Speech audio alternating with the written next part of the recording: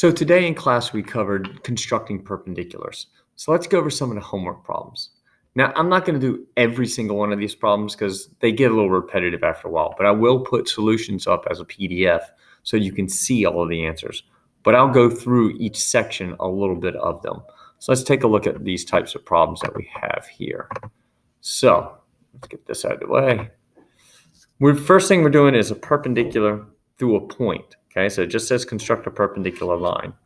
Now remember, the first thing we need for these is, this isn't the bisector, this is just through a point. So I'm going to set up and I'm going to do an arc that goes through there. That gives me 2 points. And now I just need another place. Don't put your next arc on top because we've already got a point up here, so I want my next point down lower. So I'm going to put one here, and I'm going to go over to this side. And there. Remember, that's from these 2 points. I'm centered at the points that I've created, not from the endpoints of the line. And then this should be able to go from R through that X. And there we go. Simple as that. Doing another one of these, let's do number 2. Same idea. I center at my point, set my compass up. So I'm going to go through, whoops, my compass slid a little bit, through there. So I've got a point here and a point there. And now I come below and make my X over to the other new point.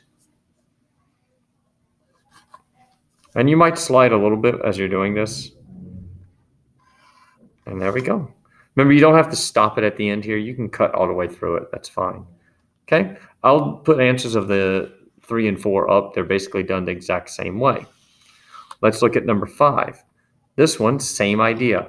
Notice the point's a little off this time. So I'm going to set up my compass, draw my arc through the line. Okay, I missed my line. So I've got to extend my line just a little bit more. Not a problem. You can always do that. So now I've got my 2 new points and I center on them.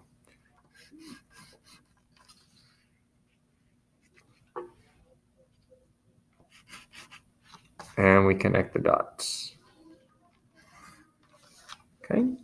Next one's a little trickier because now I want to construct a perpendicular to AB through T and CD. So since I've got my paper set up this way, I'm going to do CD first.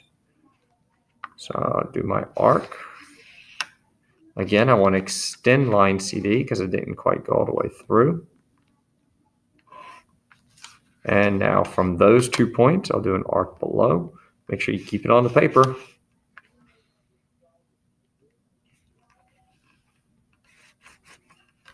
And connect through T. Now I'm going to turn my paper around so I can do the same thing. Okay, so I'm going to turn my paper around, set up at T. Oop, got to make this a little longer this time. Again, I've got to extend my line AB. So now I'm using this point there and that point there. And that's where I'm going to set up. And over here. And now I connect. Notice you don't have to make your lines through your pencil. I'm not pressing really hard on the pencil. And it's a little off because it isn't too bad, but what kind of shape is that? What do you think that is? So what do you know about it now that we've done this? Well, I know that I've created a perpendicular here.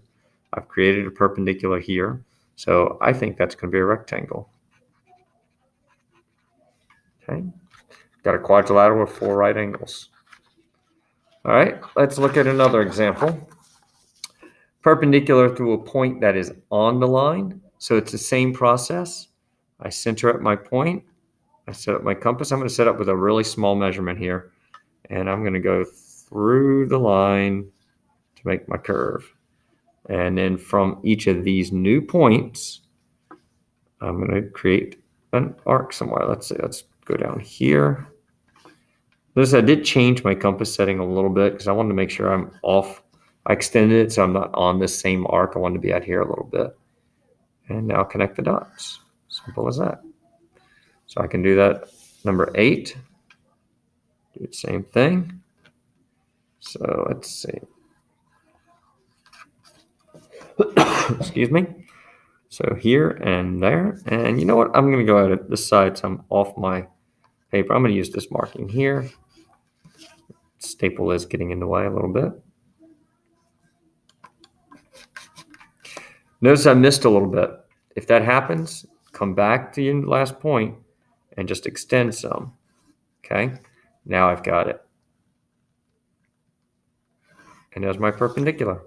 Okay, so I'll do answers for 9 and 10 and put them on the PDF.